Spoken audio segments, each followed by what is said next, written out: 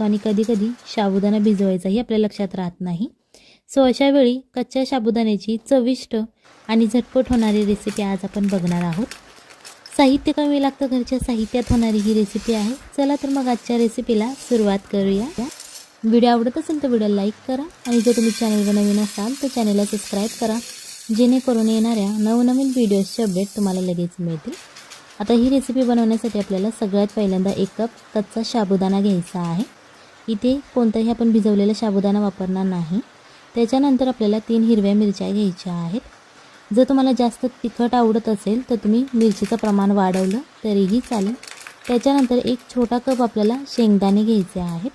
हे मी कच्चे शेंगदाणे वापरलेले आहेत, भाजलेले शेंगदाणे नाहीत घेतले।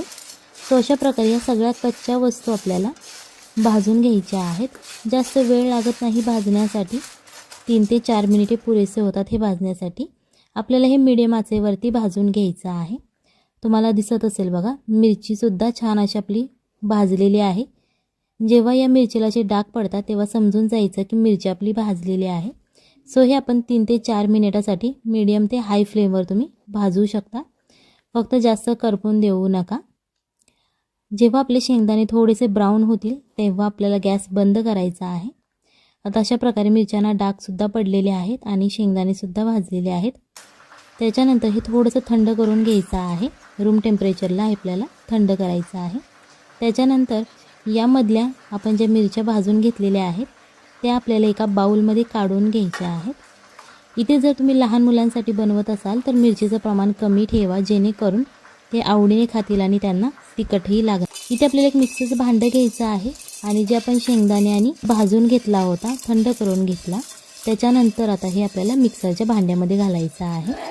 जर तुमच्याकडे मिक्सरचं मोठं भांडं असेल तर तुम्ही सगळं एकदम बारीक करू शकता आणि जर छोटं भांडं असेल तर तुम्हाला थोडं थोडं करून ते बारीक करावं लागेल। अशा प्रकारे आता ही मी पावडर याची बनवून घेतलेली आहे। जर तुम्ही थोडंसं जाडसर बनवलं तरीही चालेल, काहीच प्रॉब्लेम नाही। आता ही जी आपण पावडर तयार केलेली आहे ती एक आपल्याला बाउलमध्ये काढून घ्यायची आहे। ही रेसिपी करायला सोपी आहे, घरच्या साहित्यात होणारी आहे आणि नवरात्रीला उपवास असतात, खिचडी खाऊन आपल्याला कंटाळा आलेला असतो तेव्हा ही रेसिपी आपण बनवू शकतो। त्याच्यानंतर आपल्याला ते परत एकदा मिक्सरचं भांडं घ्यायचं आहे आणि ते बटाटा घ्यायचा आहे। बारीक चिरून घेऊ शकता किंवा मोठा जाडसर असा चिरून घेतला तरीही चालेल। मगाशी ज्या आपण मिरच्या भाजून घेतल्या होत्या त्या मिरच्या आपल्याला घ्यायच्या आहेत आणि या मिक्सरच्या भांड्यामध्ये अशा प्रकारे तोडून घालायच्या आहेत। त्याच्यानंतर चवीप्रमाणे मीठ घालायचं आहे। इथे तुम्हाला बटाट्याच्या आणि मिरचीच्या चवीप्रमाणेच मीठ घालायचं आहे। त्याच्यानंतर इथे आपल्याला अर्धा चमचा जिरे घालायचे आहेत। जर जिरे तुमच्याकडे उपवासाला चालत नसतील तर तुम्ही इथे स्किप करू शकता, नाही घातले तरीही चालेल। यामध्ये थोडंसं पाणी घालायचं आहे, अर्धा कप तुम्ही पाणी घालू शकता आणि हे आपल्याला आता मिक्सरमध्ये बारीक करून घ्यायचं आहे। तुम्हाला दिसत असेल बघा, छान असं एकदम जाडसर असं आपलं बॅटर हे तयार झालेलं आहे। तुम्ही एकदम बारीकसुद्धा करू शकता किंवा थोडंसं असं जाडसर ठेवलं तरीही चालेल। आता जो आपण मगाशी पीठ घेतलं होतं साबुदाणा आणि शेंगदाण्याचं, त्यामध्ये अर्धा चमचा जिरे आणि अर्धा चमचा ओवा घालायचा आहे। जर तुमच्याकडे उपवासाला चालत असेल तर तुम्ही घालू शकता, नाहीतर नाही घातलं तरीही चालेल। अर्धा चमचा आपल्याला लाल तिखट घालायचं आहे। त्याच्यानंतर अर्धा चमचा रेड चिली फ्लेक्स घालायचे आहेत। इथे आपण जे लाल तिखट वापरत आहोत यामध्ये गरम मसाला नाही आहे, फक्त रेड चिली पावडर आहे। चवीप्रमाणे आपल्याला मीठ घालायचं आहे, जेणेकरून साबुदाणा आणि जी आपण शेंगदाण्याची पावडर केलेली आहे त्याची छान अशी। आता हे सगळे मसाले आपले घालून झालेले आहेत। याच्यानंतर आता हे छान असं मिक्स करून घ्यायचं आहे, एकजीव करायचं आहे। आता यामध्ये पाण्याचं प्रमाण तुम्हाला लक्षात ठेवायची गरज नाही आहे, जास्त काही अवघड रेसिपी नाही ही। पाणी तुम्ही मोजून नाही घातलं तरीही चालेल, फक्त हे पीठ आपल्याला असं घट्ट असं मळून घ्यायचं आहे, एक बॅटर प्रमाणे तयार करायचं आहे। सो त्याच्यासाठी लागेल तेवढं तुम्हाला पाणी यामध्ये तुम्ही घालवू शकता आणि पाण्याची क्वांटिटी कमी जास्त होऊ शकते, तुमच्या साबुदाण्यावरती डिपेंड आहे। जर तुम्ही बारीक घेतला असेल तर पाणी कमी लागेल, जर तुम्ही जाडसर साबुदाणा घेतला असेल तर पाणी तुम्हाला जास्त लागेल। सो इथे पाण्याची क्वांटिटी लक्षात ठेवण्याची गरज नाही, फक्त अशा प्रकारे बॅटर तुम्हाला तयार करून घ्यायचं आहे। तुम्हाला दिसत असेल बघा, अशा प्रकारे मी थोडंसं घट्टसरच असं हे तयार करून घेतलेलं आहे। त्याच्यानंतर इथे आपल्याला थोडीशी कोथिंबीर घालायची आहे, बारीक चिरलेली। जर तुम्ही उपवासाला बनवत असाल आणि कोथिंबीर नसेल चालत तर तुम्ही ही सुद्धा स्किप करू शकता। आणि जर तुम्ही ही रेसिपी उपवासाला नसेल बनवत, असाच नाश्ता करण्यासाठी बनवत असाल तर तुम्ही यामध्ये कोथिंबीर घालू शकता, कारण कोथिंबीरची चव खूप छान लागते। आता ही कोथिंबीर घालून झाल्यानंतर थोडंसं मिक्स करायचं आहे आणि याच्यानंतर याच्यावरती झाकण ठेवायचं आहे। 5 ते 10 मिनिटासाठी तुम्ही ठेवू शकता आणि जर तुम्ही खूप घाईत असाल तर 5 मिनिटे ठेवलं तरीही चालेल। अशा प्रकारे आता जे आपण पाणी घातलेलं होतं हे या सगळ्या साबुदाण्याने शोषून घेतलेलं आहे। सो बॅटर हे एकदम कोरडं असं तयार झालेलं आहे। त्याच्यानंतर आपण जी मगाशी पेस्ट तयार करून घेतली होती बटाटा आणि मिरचीची, ती पेस्ट आपल्याला याच्यामध्ये घालून घ्यायची आहे। यामध्ये कधी-कधी तुमचा बटाटा जाडसर एकदम राहू शकतो किंवा बारीकसुद्धा होऊ शकतो, ते तुम्ही तुमच्या मिक्सरवरती डिपेंड आहे। सो तुम्ही जाडसरसुद्धा घेऊ शकता आणि एकदम बारीक अशी पेस्ट केली त्याची तरीही चालेल। मिक्स करून झालेला आहे। याच्यानंतर आपल्याला 1 वाटी दही घ्यायचं आहे। तुमच्या घरात जे अवेलेबल आहे दही तुम्ही ते घेऊ शकता किंवा बाजारातून विकत आणलं तरीही चालेल। त्याच्यानंतर चवीप्रमाणे मीठ घालायचं आणि हे दही थोडंसं आपल्याला फोडून घ्यायचं आहे, जेणेकरून यामध्ये गाठी राहणार नाहीत। अशा प्रकारे आपल्याला हे दही करून घ्यायचं आहे। जर तुमच्याकडे बीटर असेल तुम्ही त्या बीटरने सुद्धा हे बीट केलं, फेटलं थोडंसं तरीही चालेल किंवा असं चमच्याच्या मदतीने फेटलं तरीही चालेल। त्याच्यानंतर आता इथे आपल्याला 1 चमचा तेल घ्यायचं आहे, अर्धा चमचा जिरे घालायचे आहेत फोडणीसाठी आपल्याला। आता हे आपले जिरे घालून झालेले आहे, थोडेसे तडतडून द्यायचे। त्याच्यानंतर कढीपत्ता घालायचा आहे।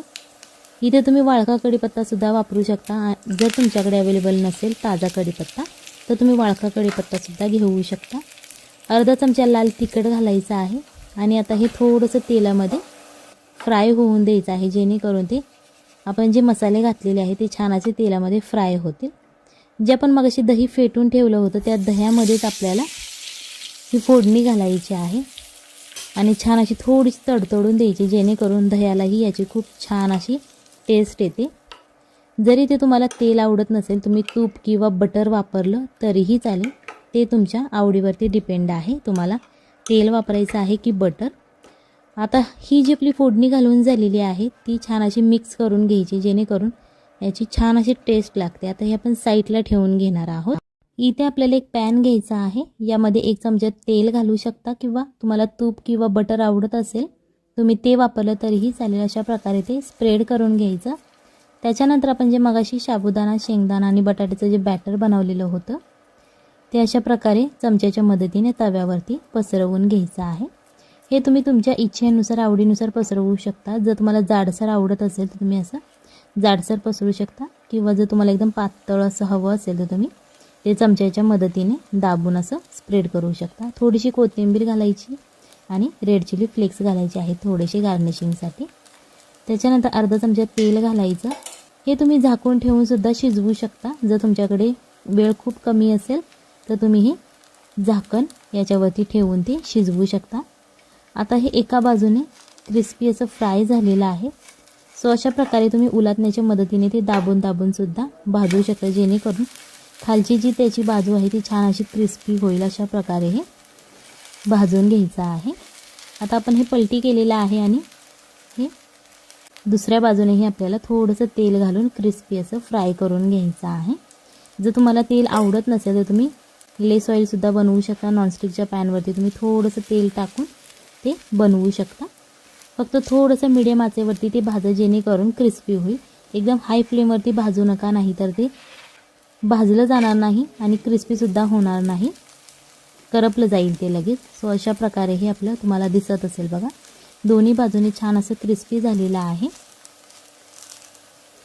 अशाच प्रकारे ही रेसिपी नक्की घरी ट्राय करा, आपल्या फॅमिलीला खाऊ घाला आणि मग मला कमेंटमध्ये सांगा कशी झाली होती। आता जे आपण मगाशी फोडणीचं दही तयार केलं होतं या दह्याबरोबर आज आपण हे साबुदाण्याचा पराठा खाणार आहोत। जर तुम्हाला दुसरा कोणता सॉस किंवा टोमॅटो सॉस चटणीबरोबर खायचं असेल तुम्ही त्याच्याबरोबर सुद्धा खाऊ शकता। फक्त हे दही एकदा नक्की घरी ट्राय करा, आपल्या फॅमिलीला खाऊ घाला आणि मग मला कमेंटमध्ये सांगा कशी झाली होती। ही तुम्ही रेसिपी उपवासाला बनवू शकता किंवा अशीच नाश्त्यासाठी बनवली तरीही चालेल। आता ही आज आपण दह्यात बुडवून खाणार आहोत। चॅनलवर नवीन असाल तर चॅनलला सबस्क्राईब करा, जेणेकरून येणाऱ्या नवनवीन व्हिडिओजचे अपडेट तुम्हाला लगेच मिळतील। चला तर मग भेटूयात पुढच्या रेसिपीमध्ये. तोपर्यंत